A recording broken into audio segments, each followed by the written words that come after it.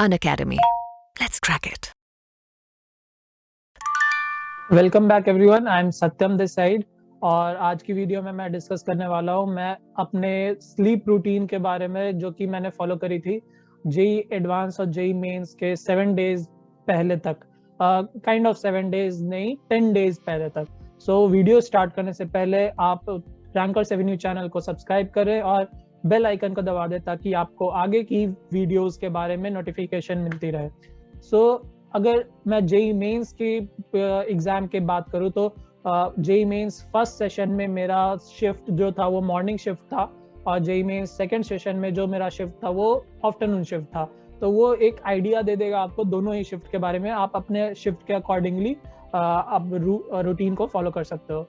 तो मैंने morning shift के लिए क्या प्रिपरेशन करी थी कि 10 डेज प्रियर तक मैंने बिल्कुल ट्राई करा था कि जेई मेंस के डी डे के जैसा ही अपने शेड्यूल को सिमुलेट करूं, ताकि कोई भी न्यू चेंज ना आए मेरे उस दिन एग्जाम के दिन में। तो जेई मेंस मॉर्निंग शिफ्ट के पहले अगर आप टाइम के हिसाब से देखो तो 9 बजे से आपका एग्जाम स्टार्ट होगा, और आपको सेंटर पे एटलीस्ट 2 घंटे पहले पहुंचना है। कोविड नॉर्म्स को देखे तो काइंड ऑफ 2.5 आवर और मे बी 3 आवर्स पहले आपको पहुंचना होगा। तो एक हम टाइम रेंज मान लेते हैं कि ओके आपको 6 to 7 ओ क्लॉक के बीच में सेंटर पे आपको पहुंच जाना है। तो 7 ओ क्लॉक अगर आप सेंटर पे पहुंचने का टाइम भी ले लेते हो, तो अगर आप सेंटर से बहुत दूर रहते हो, मीन्स आप सेंटर के नज़दीक लोकल में नहीं हो, तो आप एटलीस्ट 5 ओ क्लॉक श्योरिटी मेंटेन करने के लिए आप अपने घर से निकलोगे 5 ओ क्लॉक और 5:30 तक। तो आपको खाना खा करके, यानी कि पूरा ड्रेसअप होकर के रेडी हो जाना है। नहाने वगैरह के बाद 5 ओ क्लॉक या 5:30 तक आपको बिल्कुल रेडी हो जाना है। तो आपको उठना होगा 4 ओ क्लॉक। तो या तो 4 ओ क्लॉक या 5 ओ क्लॉक आप अपना रेंज ले लो, तो आपको एटलीस्ट 7 आवर्स और 8 आवर्स का गुड स्लीप चाहिए होगा एग्जाम के पहले, एग्जाम में फोकस करने के लिए। क्योंकि आपको एग्जाम के पहले बहुत सारे डिस्टर्बेंसेस मिलेंगे जो कि आपको सोने ना दे और आप टायर्ड हो करके अपना एग्जाम में कंसंट्रेट ना कर पाओ। तो इसीलिए आपको 8 आवर्स का स्लीप मस्ट है एग्जाम के पहले। तो आप देखें तो 4 ओ क्लॉक या 5 ओ क्लॉक के अगर आपको उठना है तो आपको 10 ओ क्लॉक सो जाना चाहिए। एटलीस्ट 10 ओ क्लॉक में अगर आप सोते हो तो आपको एक अच्छी स्लीप मिलेगी। तो आप ट्राई करना है हमें कि 9 ओ क्लॉक हम सो जाएं। तो मैंने जो करा था वो था कि 10 डेज पहले तक से मैं 8 ओ क्लॉक अपना डिनर लेता था और मैं 9 ओ क्लॉक अपने बेड पे चला जाता था। और जनरली मेरा रूटीन क्या था कि मैं स्टडीज अपने टेबल पे या चेयर पे बैठ के करता था, और बेड पे मैं जैसे ही जाता था मैं बस सोने के लिए बेड पे जाता था। तो मेरा रूटीन के अकॉर्डिंग ऐसा रहा कि मैं बेड पे गया और काइंड ऑफ 10 to 15 मिनट्स के अंदर मुझे नींद आ जाती थी। बट क्योंकि एग्जाम के एक दिन पहले आपको कुछ ज़्यादा ही प्रेशर रहता है कि अगले दिन एग्जाम है, क्या होगा क्या नहीं होगा, तो आपका नींद जल्दी नहीं आने वाला है। आपको 9 ओ क्लॉक अगर आप सोते हो तो एटलीस्ट 1 आवर 30 मिनट्स आपको लग जाएगा नींद आने में।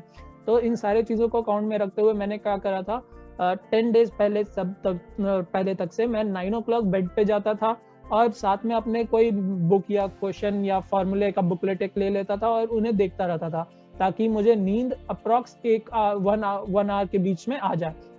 और फिर मैं मॉर्निंग 4 ओ क्लॉक या 5 ओ क्लॉक तक उठ जाता था।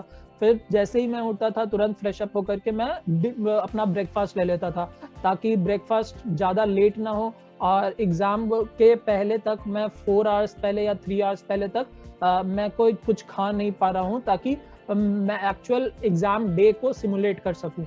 उसके बाद मैं क्या करता था, कोई एक रिक्लाइनर चेयर पे मैं रेस्ट करने की कोशिश करता था 1 आवर या 2 आवर्स के लिए। क्योंकि होता क्या है कि आप एग्जाम हॉल आपने जाओगे किसी कार या और कैब से, तो आप चाहो तो वहाँ पे हॉल्ट कर सकते हो जब तक कि आपका एंट्री का टाइम ना आए।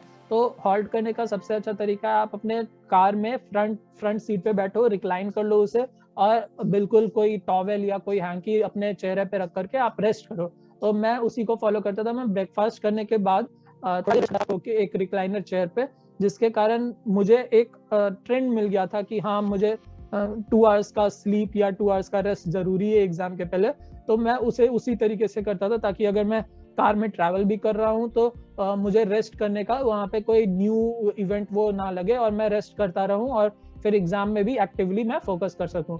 तो ये था मेरा एक टैक्टिस स्लीप पैटर्न का मॉर्निंग शिफ्ट के लिए, और इसे और बेहतर बनाने के लिए मैंने डिसाइड करा था कि मैं एग्जाम के एक दिन पहले एग्जाम सेंटर के ही बगल में किसी होटल में रुक जाऊं, ताकि जो ये 2 आवर्स का ट्रैवल टाइम है मैं उसे रिड्यूस करूं और मैं 7 o'clock ही डायरेक्ट अपने कोई सेंटर पे पहुंच जाऊं। तो मैंने जेईई मेंस के पहले एक्चुअली एक होटल में मैंने बुक कर लिया था, तो वहां पे से मुझे जाने में एटलीस्ट 15 मिनट्स लगा था, तो इसीलिए मुझे ज़्यादा दिक्कतें नहीं आई थी और वहाँ पे मैं जाकर के कार में रेस्ट कर लिया था। अब हम बात करते हैं आफ्टरनून शिफ्ट की। तो जेईई मेंस के आफ्टरनून शिफ्ट का टेंटेटिव टाइम था, क्योंकि कोई शिफ्ट 2 o'clock से स्टार्ट होता था, कोई 3 o'clock से स्टार्ट होता था। तो अभी के टाइम पे कोविड के कारण हो सकता है वो थोड़ा 3 o'clock से स्टार्ट हो, ऐसा कुछ टाइमलाइन हो। तो उसके लिए मैं रिकमेंड क्या करूँगा कि आप ट्राई करो अपने आप को मॉर्निंग तक 8 o'clock या 7 o'clock तक आप उठ जाओ। उसके बाद आप 11 o'clock से लेकर के 12 या 1 o'clock तक रेस्ट करो। अगर आप मीन्स आपका सेंटर पे जाने का टाइम है 3 o'clock, तो आप मीन्स सेंटर पे रीच करोगे 1 o'clock पे, तो आप ट्राई करो कि ये 1 o'clock और 11 o'clock में आपको अच्छे तरीके से रेस्ट मिले। कार में ही आप रिक्लाइन करके रेस्ट करो। तो ये जैसे मैंने आइडिया दिया था कि आप अपने घर पे ही चेयर पे बैठ करके रिक्लाइन पे रेस्ट कर सकते हो, उसी तरीके से आप ट्राई करो 11 to 1 o'clock रेस्ट करने की, ताकि आप एक्चुअल डे के दिन भी कार में अच्छे तरीके से प्रॉपर्ली रेस्ट कर पाओ और एक्टिवली फोकस भी कर पाओ एग्जाम टाइम में।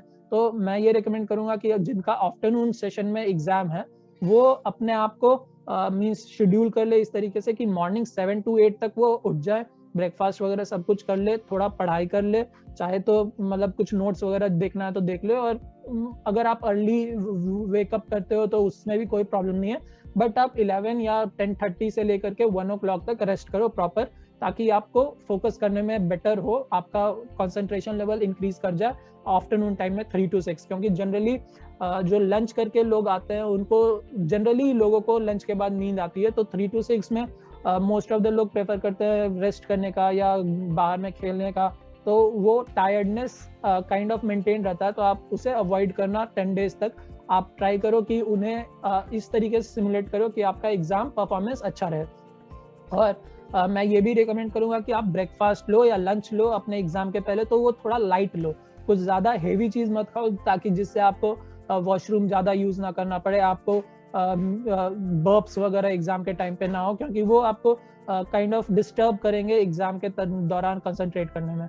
और साथ ही अगर मैं जेईई एडवांस का बात करूँ, तो ये जेईई एडवांस में मैंने एक्चुअली इन दोनों को कल्मिनेट करके फोकस करा था। जैसे मैंने बताया कि मॉर्निंग सेशन के पहले आप रिक्लाइनर पे रेस्ट कर सकते हो, मैंने वो भी करा था। और साथ में आफ्टरनून सेशन में जैसे हम लोग मॉक टेस्ट जनरली देते थे जेईई मेंस का जेईई एडवांस का एक्चुअल एग्जाम के 7 days या 10 days पहले से लगातार ईच डे मॉक टेस्ट हम लोग इस तरीके से देते थे। तो मैं उसमें क्या करता था, बिल्कुल मॉक टेस्ट टाइमली शेड्यूल रहता था, जैसे 9 to 12 और 2 to 5 या 3 to 6 इस तरीके से मॉक टेस्ट भी शेड्यूल रहता था। तो मैंने क्या करा था कि मैं उसी टाइम पे लगभग 6 o'clock to 7:30 तक मैं रिक्लाइनर पे रेस्ट करता था, रिक्लाइनर चेयर पे, और साथ में ही जो बीच का जो लंच गैप होता था उसमें मैं थोड़ा सा लाइट लंच लेता था, और फिर बाद में मैं वहाँ पे रिक्लाइनर पे रेस्ट करता था।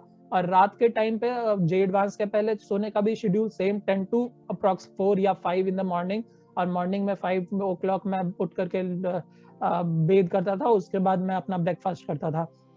तो ये काइंड ऑफ स्लीप पैटर्न था जो कि मैंने फॉलो करा था जेईई एडवांस, जेईई मेंस के पहले, ये जेईई मेंस के दोनों शिफ्ट के भी पहले, क्योंकि आपके आफ्टरनून शिफ्ट पे आपको बेसिकली ज़्यादा फोकस करना पड़ता है, क्योंकि आप यूज टू हो तो मॉर्निंग एग्जाम के लिए, आफ्टरनून एग्जाम के लिए आपको स्पेशल एफर्ट डालना पड़ेगा, और वो एफर्ट आपका यूज आएगा जेईई एडवांस के भी आफ्टरनून सेशन में, क्योंकि ये 3+3 6 hours का कंटिन्यूअस फोकस या कंसंट्रेशन लेवल मेंटेन करना बहुत ही टफ काम होता है जेईई एडवांस में। तो आप अगर ये रूटीन फॉलो करते हो अभी से ही दोनों ही जेईई मेंस के सेशंस के लिए, तो वो आपको जेईई एडवांस में भी हेल्प करेंगे।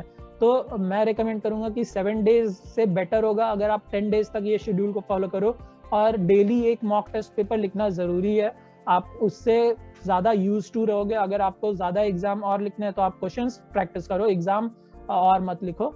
और साथ में अगर आपको ब्रेक लेना है तो आप चाहो तो 10 डेज पहले तक में एक ब्रेक ले सकते हो, मॉक टेस्ट एक दिन ना दे करके, और बाकी सारे दिन आप पंक्चुअली इसे फॉलो करोगे तो मैं ये आपको श्योरिटी दे सकता हूँ कि आपका कंसंट्रेशन लेवल बिल्कुल एग्जाम में ना नहीं बिगड़ पाएगा, और साथ में आपका एग्जाम में अच्छा अपना स्कोर, आप पोटेंशियल अपना बेहतर तरीके से शो अप कर पाओगे और एग्जाम में अच्छे मार्क्स लेकर के एक्सेल करोगे। सो इसी के साथ मैं इस वीडियो को एंड करूंगा, और जाते जाते मैं आपसे रिक्वेस्ट करूंगा कि आप इस वीडियो को लाइक करें और अपने फ्रेंड्स फैमिलीज के साथ शेयर करें, साथ में रैंकर्स एवेन्यू चैनल को सब्सक्राइब करें और बेल आइकन को दबा दें ताकि आपको आगे की यूजफुल वीडियोस मिलती रहे और आप अपने एग्जाम पे फोकस करते रहें।